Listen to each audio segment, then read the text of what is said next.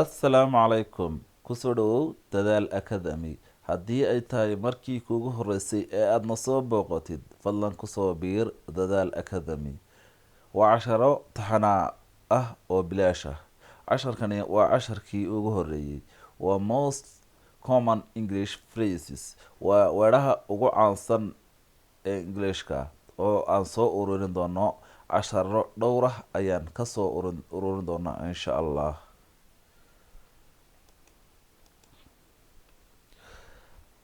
xabadda koowaad waxay noqon doontaa long time nosy, beryahan ismaynan orag, mar hore ayaa iskuuke dambeysay.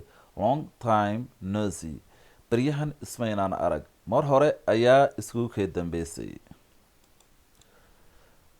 I am pleased to meet you, waan ku faraxsanahay inaan kulanno. I am pleased to meet you, waan ku faraxsanahay inaan kulanno. See you later, mar dambe ayaan is arki doonaa. See you later, mar dambe ayaan is arki doonaa. See you soon, waan is arki doonaa mar dhow. See you soon, waan is arki doonaa mar dhow. markaad qofka la kulantid ee doonaysid inaad mar kale aad kulantaan ayaad odhan kartaa see you soon, waan is arki doonaa mar dhow.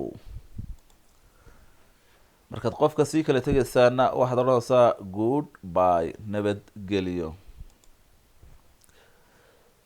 markaad doonaysaan inaad berri is aragtaanna maxaad leedahay see you tomorrow, berri ayaan is arki doonaa. see you tomorrow, berri ayaan is arki doonaa. thank you, qofka markaad u mahad celinaysid ayaad odhanaysaa thank you, mahadsanid. markaad qofka aad ka yara heshid maxaad odhanaysaa I like you, waan kaa helay. I like you, waan kaa helay. qofku markuu dadka ka qosliya maxaad odhanaysaa you are too funny, waxaa tahay qof aada uga qosliya dadka ama shactaroolo ah. qofka markaad ka yaabtid aad leedahay cajiib ayaa tahay maxaad odhani waxaad odhani you are awesome, cajiib ayaa tahay. you are awesome, cajiib ayaa tahay. gabadhu markay qurux badan tahay maxaad odhani you are very beautiful, aad ayaad u qurux badan tahay. you are very beautiful, aad ayaad u qurux badan tahay. laakiin maxaad u adeegsanaysaa un dumarka, laakiin ragga ku odhan maysid. ragga maxaad ku odhanaysaa you are very handsome, ragga ayaad ku horeysa aad ayaad u qurux badan tahay. you are very handsome, aad ayaad u qurux badan tahay. do you love me, ma i jeceshahay? qof marka aad weydiinaysid inuu ku jecel yahay iyo in kale waa weedhaha aadka loo adeegsado. do you love me, ma i jeceshahay? muxuu ka horaya qofku yes I love you. haddaanu ku jeclayna no I don't, maya kuma jecli. I love you waa kan jawaabtii I love you very much, aad ayaan ku jecelahay. I love you very much, aad baan ku jecelahay. markaad qofka aada uga heshid ayaad odhanaysaa I love you very much, aad ayaan ku jecelahay.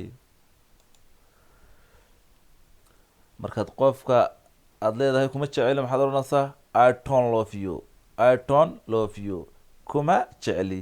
I don't love you, kuma jecli.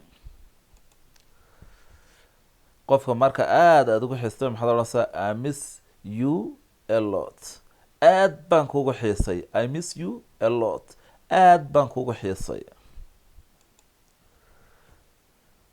qofka markaad habsiinaysid tan dadka waaweyn iyo dadka yararba waa loo adeegsadaa. markaad qofka aad doonaysid inaad habsiisid oo laabta aad gelisid baad odhanaysaa let me hug you, hab aan ku siiyo. let me hug you, hab aan ku siiyo. let me hug you, hab aan ku siiyo. qofka marka magaciisa weydiinaysid maxaad odhanay what's your name, magacaa? my name is Saciid, magacaygu waa Saciid. who are you kuma ayaa tahay kuma tahay who are you kuma tahay adigu I'm student arday ayaan ahay I am student a student arday ayaan ahay I work in a hospital waxaan ka shaqeeyaa isbitaalka I work in a hospital waxaan ka shaqeeyaa isbitaalka